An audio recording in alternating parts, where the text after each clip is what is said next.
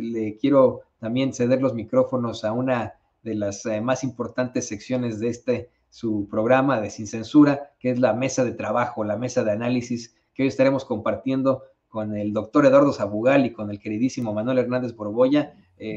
Manuel, doctor, bienvenidos a este espacio.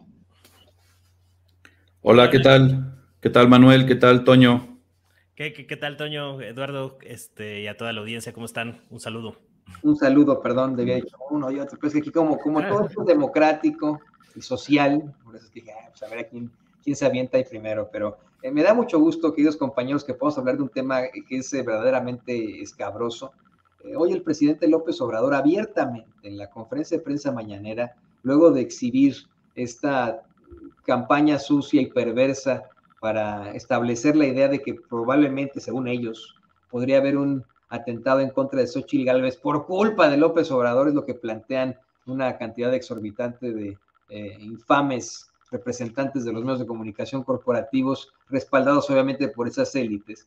El presidente López Obrador dice que es algo sabido en México, que ese magnicidio, el asesinato de Luis Donaldo Colosio, de un candidato a la presidencia de la República, pues no se dio ni siquiera en un sexenio del PAN, no se dio en un sexenio de la izquierda, se dio en un sexenio de Carlos Salinas de Gortari, en el inicio, él le llama del neoliberalismo. Y esto es algo que se tiene que comentar, que tenemos que ya hablar como mexicanos de otra forma. Durante ya décadas nos han venido planteando la idea con sus pues historias sumamente fumadas y sus fiscalías creadas desde sus fundillos, que la respuesta y la explicación al asesinato del candidato Luis Donaldo Colosio se basa en la locura de una persona, en el asesino solitario, en el lobo solitario que era Mario Aburto, cuando hay tantos indicios de circunstancias distintas, cuando incluso, y no vamos a entrarle al tema ya porque ya es muy conocido, es antiguo, es histórico, incluso las lesiones que enfrenta Luis Donaldo Colosio tienen un diferente calibre en su cuerpo. Hoy tendríamos ya que hablar directamente de eso, ¿no? Del magnicidio en el que podría haber personajes involucrados. Y hoy esos personajes que quieren que regrese el neoliberalismo, que efectivamente han sido vinculados a Carlos Salinas de Gortari como Raimundo Rivapalacio, son los que establecen la idea de que podría haber un atentado. Comenzamos contigo, Manuel. Tú, ya así honestamente, en tu apreciación, ¿consideras que Xóchitl Gálvez está en peligro y que está en peligro no tanto por, el presidente López Obrador, sino por los mismos personajes que están tratando de inflarla hacia la candidatura de la derecha a la presidencia de México?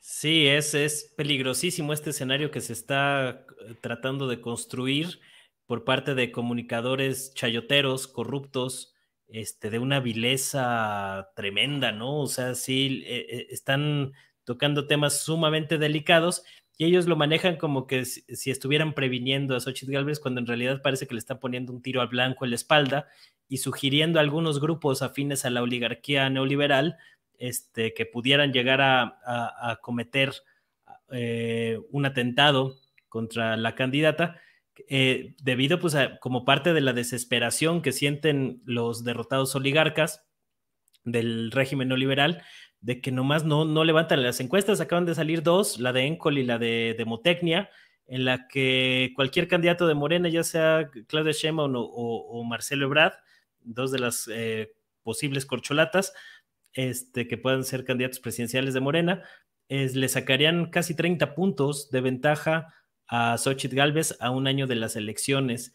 Entonces, a mí me parece que ya están existiendo algunos cálculos entre algunos de estos grupos cercanos al salinismo, en el que ven que posiblemente sea más rentable construir un mártir o una mártir de derecha a través de un atentado, como lo que ocurrió con Colosio, y pareciera que más que prevenir están sugiriéndole a algunos grupos con esa capacidad de intentar una atrocidad como esta. Es decir, los alcances de esta gente son verdaderamente terribles, ¿no? Y a lo que se han dedicado toda la vida, pues es a difundir rumores. O sea, yo hace rato estaba platicando de cómo a mí me tocó trabajar con personajes como Riva Palacio en el diario 24 Horas, y son expertos en difundir rumores. Yo recuerdo, por ejemplo, a mí una vez que me encargaron cubrir lo del 132, cuando surgió en la Ibero en el calor de las campañas de 2012, de repente me hacían algunos encargos de que investigara un supuesto vínculo entre el EPR, la guerrilla en Guerrero, con los morros de la Ibero en el 132, ¿no? Y yo decía, oye, pero pues esto no tiene ningún sentido, ¿no? O sea, no hay por ningún lado una cosa de estas. Preguntando y ya con el paso del tiempo, en ese momento yo no lo entendía, pero después me di cuenta que era realmente una estrategia de Riva Palacio para posicionar a su amigo García Luna, Genaro García Luna, en algún otro puesto, siendo que él se vendía como el superpolicía, el experto en erradicar estos grupos, y le andaban buscando acomodo cuando se acabara el sexenio de Felipe Calderón. Por supuesto que ya sabemos en qué acabó esa historia o en qué está apuntando. Todavía falta la sentencia que acaban de aplazar para marzo de 2024, pero pues un delincuente confeso, ¿no? Igualmente Riva Palacio pues fue uno de los que impulsó la idea esta de la injerencia rusa en las elecciones mexicanas en el 2018, que después fue retomada por la Operación Berlín de Enrique Krause y otros personajes para tratar de descarrilar al gobierno de López Obrador. Entonces este tipo de prácticas pues es de lo que han vivido toda la vida. Ahorita como andan faltos de chayote en su dieta, pues están muy alebrestados, muy molestos, tratando de calentar la plaza o de mover el avispero, a ver si en una de esas alguien les toma la palabra y deciden realizar con como la que están planteando. También personajes como Joaquín López Dóriga, un extorsionador probado, con los videos que sacó la empresaria María Asunción Aramburu Zavala, y ahí siguen en sus espacios de privilegio vociferando y demás, ¿no? Y justo me acordé del tema que comentamos la semana pasada, de cómo es posible que le estén todavía, hasta donde sabemos, el gobierno federal dándole dinero de publicidad oficial a Radio Fórmula, para precisamente personajes como López Dóriga salgan con estas atrocidades, con estas barbaridades. Son personajes que ya no deberían de aparecer en los medios de comunicación, que deberían de ser cancelados por las mismas empresas de comunicación si hubiera un mínimo de ética en dicha prensa corporativa, que sabemos que por supuesto no existe, y que al contrario son instrumentos de la oligarquía para el golpeteo político y para tratar de regresar al poder a través de un proyecto político completamente desarticulado, que no tiene pies ni cabeza. Se les fue todo este sexenio en hacer berrinche y pataleo, en lugar de construir una plataforma política que pudiera resultar medianamente atractiva para el electorado. Y ahorita, pues como no les alcanzan las fichas por ningún lado, ya están planteando esta hipótesis del magnicidio como parte de su estrategia, ¿no? Y si no les funciona tampoco esa carta, que esperemos que no ocurra, porque sería un hecho muy, muy grave y lamentable para México y para todo el país, pues van a seguir apostándole por la carta golpista. Pues ahí estaba la ministra Norma Piña también dando conferencias en Nueva York, acusando al gobierno de López Obrador de querer desaparecer los tres poderes y cosas de este tipo, en un foro abiertamente golpista que ha premiado a personajes como Luis Almagro, el secretario general de la OEA, el llamado Ministerio de las Colonias, y otros personajes como el expresidente de Colombia, Iván Duque, ¿no? Entonces, es una campaña de asedio, de acoso tremendamente repugnante y vil, que la están llevando ya a niveles pues de incitación a la violencia. No sería la primera vez. Pues ahí están personajes como ¿cómo se llama el impresentable el columnista que también llamó a cometer un magnicidio contra López Obrador en 2018? Ricardo Alemán. Quien está en esta lista, como bien mencionas, de personajes que recibieron una cantidad exorbitante en motivo de publicidad oficial, ¿no? Sí, a final de cuentas, pues puro chayotero que se ha engordado los bolsillos con contratos de publicidad oficial durante los gobiernos neoliberales y que ahora pues están llamando a este tipo de atrocidades, ¿no? Porque fue de manera muy coordinada, o sea, en poco más de una semana, al menos yo he contado 5 o 6 casos de columnistas por aquí, por allá, que están planteando esta posibilidad. Es decir, el nado sincronizado es tan evidente que digo, por lo menos deberían ser un poco más, ya que andan en esas, con esas mañas, deberían ser un poco más discretos para que no sea tan evidente y no nos demos cuenta de manera tan fácil que las atrocidades que andan impulsando de manera coordinada. Tú escuchas, por ejemplo, el video de Joaquín López Dóriga y prácticamente son las mismas palabras que usa Marco Cortés, el presidente del PAN, ahí en la mesa de la ultraderecha con Carlos Alarraqui, Beatriz Pajés,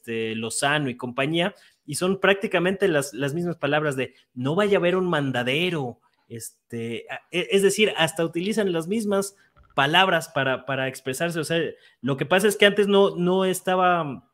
no había tanto auge de las redes sociodigitales y este tipo de cosas pues salían en los grandes medios de comunicación y no había posibilidad de contrarréplica o de disputarles esa narrativa en otros espacios, cosa que ahora no ocurre y es con lo que no están contando esta gente, ¿no? Además de que ahora está el espacio de las conferencias matutinas que equilibra un poco la balanza, pero son unos impresentables, unos miserables, unos canallas capaces de cualquier cosa con tal de seguir saqueando el país como han hecho hasta ahora.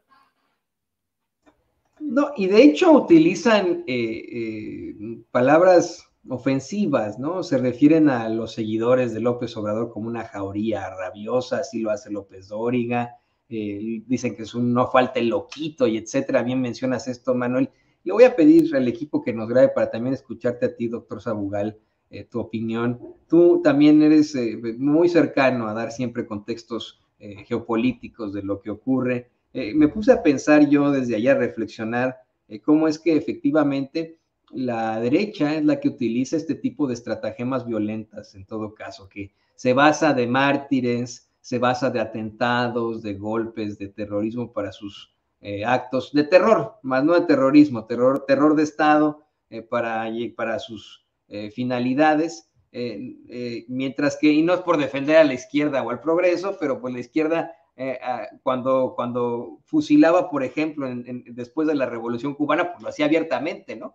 Hacían estos juicios sumarios y los fusilamientos eran claros y evidentes, y el mismo Ernesto Guevara de la Serna en Naciones Unidas fue a decir, pues sí, fusilamos y seguiremos fusilando abiertamente sin ningún tipo de tapujo, mientras que por debajo del agua tenemos históricamente movimientos de derecha estableciendo golpes de Estado, estableciendo asesinatos de líderes políticos, desapariciones en todo el globo. Y hoy, pues son ellos, desde la derecha, los que están advirtiendo de un supuesto atentado que ellos mismos han garantizado durante tanto tiempo. ¿Tú qué opinas de esto, doctor Eduardo Sabugal? Sí, yo antes dudaba mucho en llamarles prensa mercenaria. Me parecía que era un adjetivo calificativo muy exagerado, ¿no? Hoy me queda claro que no es nada exagerado, incluso se queda corto el término de mercenarios. Coincido con Manuel que son capaces de todo, y no solo ellos, sino los que están detrás, los que les pagan, ¿no? De hecho, me pareció un acierto que López Obrador en la mañanera colocara ahí una imagen, una gráfica con los montos que recibía cada uno de ellos en sexenios anteriores. No es como para ponerlo ahí, como para evidenciarlos o simplemente clavarles el nombre de chayoteros, que eso ya es como una obviedad, sino que creo que inteligentemente López Obrador lo que nos está diciendo es, detrás de este nado sincronizado, de esta narrativa bastante venenosa, bastante malsana, porque lo que busca es crear un ambiente enrarecido para descarrilar el proceso popular ejemplar que están mostrando los precandidatos a ser, ¿no? Los representantes de la Cuarta Transformación hacia el de 2024, que están haciendo asambleas con el pueblo, que están recorriendo el país de forma pacífica. están descarrilando esa atmósfera de tranquilidad, de paz democrática, sembrando por lo pronto un ambiente enrarecido, ¿no? Es lo que ellos quieren. Afortunadamente yo creo que todavía no lo han logrado, pero digamos, lo que está detrás es el dinero de estos personajes. No son ellos, no se mandan solos, pues, ¿no? Por algo son los nadadores del nado sincronizado, pero debe haber un coreógrafo. Y ese coreógrafo apunta, como bien decía también hace un momento Manuel, pues al salinismo, ¿no? O yo pienso directamente en Claudio X. Como dice una canción de Silvio Rodríguez, el oro sobre la conciencia, ¿no? Entonces, lo que planteó Andrés Manuel en la mañana es, ¿qué va a poder más? El oro que proviene de estos personajes que dejaron de recibir chayote y que se mueven por el odio, o la conciencia del pueblo capaz de desactivar esas fake news, esas narrativas. Ahora, a mí la verdad sí me preocupa bastante, porque creo que sí son capaces de hacerlo. Es decir, lo están sugiriendo casi, ¿no? O sea, pareciera que ellos desearan eso. Y yo lo que creo es que hubo como 3 momentos claves en la oposición. Cuando fue ya aplastante la victoria en el 2018, esa insurgencia popular o esa insurgencia electoral del 2018, creo que su primera apuesta fue al desgaste. Pensaron que cuando López Obrador llegara al poder, se iba a desgastar poco a poco por sí solo, que la gente se iba a decepcionar, que iba a tener índices de aprobación cada vez menores, que iba a haber inflación, que se iba a poder comprar o corromper a las autoridades. Y de pronto, pues eso no funcionó, no fue así, ¿no? No se desgastaba, sino que al revés, cada vez se fortalecía más la cuarta transformación, los niveles de aprobación del presidente fueron creciendo y en lugar de descontento, lo que hubo fue una aprobación de los nuevos programas sociales y del rumbo que tomó el país con la cuarta transformación. Entonces pasaron a un segundo momento, ya no el del desgaste, sino el del golpeteo de baja intensidad, ¿no? Que estos personajes contribuyeron, ¿no? Riva Palacio, Alemán, López Dóriga, Pajés, incluso yo metería ahí a Carmen Aristegui, Animal Político, La Silla Rota, etcétera, ¿no?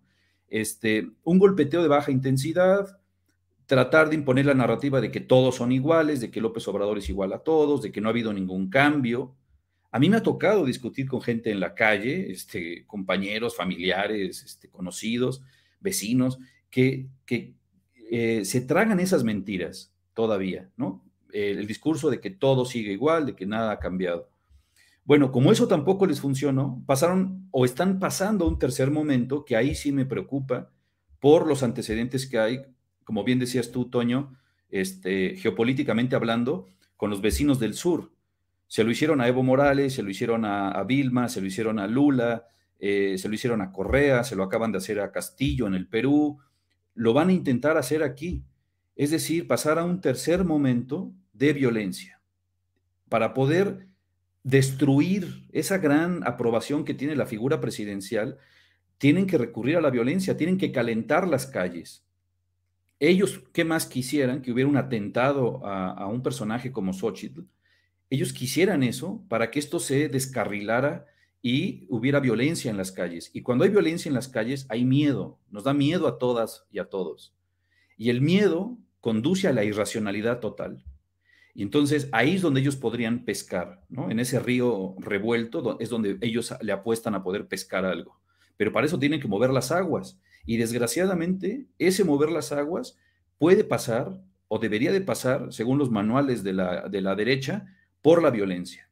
Entonces, no creo que haya que tomar a la ligera este nado sincronizado, porque los que mandan, los del dinero, iniciaron ya un mecanismo. No sé hasta dónde está planeado ese mecanismo, pero ya lo iniciaron. Y moralmente están derrotados, lo dijo López Obrador en la mañanera de hoy también, ¿no? Es imposible moralmente que puedan ganar en el 2024. Y entonces, ante ese hecho rotundo, van a recurrir a la violencia. A mí me da mucho miedo que ya hayan empezado con un mecanismo que no sabemos hasta dónde puede llegar. Y sabes qué, doctor, también querido Manuel, querido público consentidor, yo creo que más que estar derrotados porque lo diga López Obrador, es que es su realidad. Y esto es lo que está provocando esta desesperación absoluta y el miedo de ellos, ¿no? Un animal con miedo, un animal acorralado es el animal más peligroso que existe. Le voy a pedirle que nos grabe para a la siguiente parte para poder entrarle un poco más a este planteamiento que hace el doctor Eduardo Sabugal contigo, Manuel. Efectivamente, hoy en la mañana el presidente López Obrador, después de mostrar un par de encuestas de Encol, de esta otra empresa demoscópica que se llama Covarrubias y Asociados, encuestas en las que se exhibe una diferencia abismal entre Morena y sus adversarios. Mira, le va a poner don David en pantalla a usted que nos ve, que nos escucha, la de Covarrubias y Asociados. Estamos hablando de un 49% que preferiría Morena frente a un 19% del PRI-PAN-PRD y un 7% de Movimiento Ciudadano, mientras que un 25% no lo sabe, ¿no? Aún así, juntándolos todos no enfrentarían ningún tipo de problemática para Morena, o esta de Encol, la misma que se plantea en el periódico español El País, que incluso le da una preferencia efectiva, no bruta, sino efectiva, del 60% a Morena, frente a pues cifras terribles para el PAN, PRI, Movimiento Ciudadano, incluso para el PT, para el Partido Verde Ecologista. La diferencia es abrumadora. Y hoy López Obrador, como bien menciona el doctor Sabugal, hablaba de esta imposibilidad de detener al movimiento transformador de México. Pero menciona algo que a mí también me pareció aterrador, ¿no? Dice el presidente López Obrador una situación que es real, que no la pueden negar. Están sumamente desesperados porque no han podido detener ese proceso de transformación y cada vez más se les aleja la posibilidad de regresar por sus privilegios, por sus fueros y etcétera. Y esto podría provocar que, como menciona el doctor Sabugal, opten por otro tipo de estratagemas. Me recordó muchísimo algo que ha planteado precisamente el mandatario una y otra vez, que en 2006, mientras estaban lucubrando este fraude para implantar a Calderón en el poder, el mismo padre de Claudio X González sugirió la idea de repetir un Chile en 1973, de repetir un golpe de Estado a un presidente de izquierda, basándose de la violencia, del apoyo de otros países, para llegar hasta sus últimas consecuencias. Yo dije, bueno, no me acordaba yo de esto, eso lo reflexioné hace algún tiempo. A Salvador Allende le hicieron el golpe al principio de su gobierno, no, si no me equivoco, y que me corrija en esto el doctor Sabugal, pero me parece que fue en el 4º año de su gobierno cuando le hacen el golpe de Estado a Salvador Allende, si no me equivoco. Queda un año y lo que buscarían estos personajes al optar por algún otro tipo de estratagema ya sería acabar con el legado del presidente López Obrador. Quieren supuestamente buscar la idea de que se plantee que fue un gobierno fracasado, terrible, y ahora imagínense ustedes, ¿no? Si de pronto existe una estrategia de violencia, pues ahí sí podrían conseguir lo que están buscando. No sé qué opinas tú, Manuel. Sí, pues eso es lo grave, ¿no? O sea, ahora hay por ahí un dicho popular que dice que no hay un animal más peligroso que el que se ve acorralado. Es decir, cuando ya no tiene a dónde huir la rata, pues se pone más violenta y agresiva. Entonces, pues eso es más o menos lo que está pasando con el bloque opositor, que pues ya no ven una salida y no están como muy dispuestos a echarse otros 6 años siendo oposición.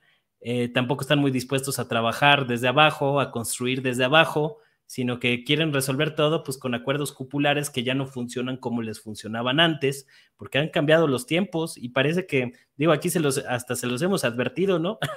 De que más les hubiera convenido pedir disculpas por tan malos gobiernos en la era neoliberal y hacer un proceso de autocrítica, pero pues en lugar de eso han optado por seguirle apostando a la descalificación mediática, al pataleo, al berrinche, a la pugna, a las mentiras, a la difusión de falsedades, como forma de regresar al poder, pero pues ahora el escenario es distinto porque como lo comentaba, pues las redes no estaban tan desarrolladas en otros tiempos, no estaba el gran contrapeso de las conferencias matutinas, es decir, hay un poco más de equilibrio del que existía hace 6 años, ¿no? Entonces, ese tipo de situaciones pues los tiene contra la espada y la pared y ya no saben qué hacer. Por eso ahora son tan cínicos y tan burdos a la hora de plantear escenarios fatales y catastróficos de manera tan abierta, tan sesgada. El otro tema que también los trae desconsolados ahorita, pues es el tema de las cifras de la violencia, porque ellos apostaban a que como parte de esta narrativa que están impulsando, pues le iban a achacar al gobierno de López Obrador el tema de la violencia, que si bien es cierto que sigue en niveles muy altos, esta tendencia a la baja que se registra desde 2020 a la fecha, les acota el margen de maniobra para echarle la culpa a López Obrador de todo lo que está sucediendo, cuando realmente pues hemos visto una ligera disminución de los asesinatos en todo el país, que se hizo más grande en 2022 y que pinta a que también se vaya a repetir en 2023 esta tendencia a la baja.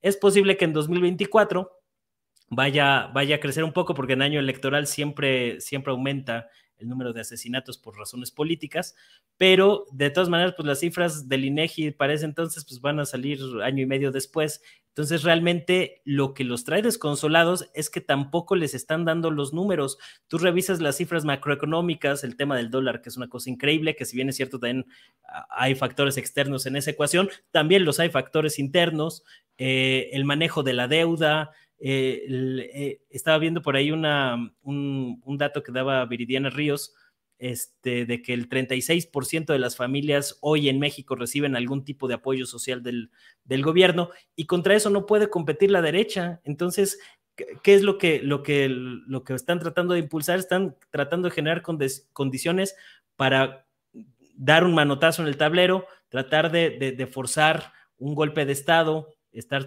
tratando de forzar algún golpe judicial a través del lawfare, de que todavía tienen algunas fichas ahí en el Poder Judicial, porque están viendo que por la vía electoral no van a poder. Entonces, por eso están activando ahí todos los mecanismos que tienen a la mano, pero pues para fortuna de México y del país, creo que no les van a alcanzar las fichas. No, pero yo creo, Manuel, doctor Sabugal y querido público consentidor, que sí les alcanzan las instituciones, y con eso le pido al equipo que nos grabe para que cerremos ya con este tema con el doctor Eduardo Sabugal. Si bien es cierto, no les alcanzan las fichas al hablar del pueblo de México. Tú, doctor, nos mencionabas el caso más cercano, el caso, por ejemplo, de Pedro Castillo en Perú.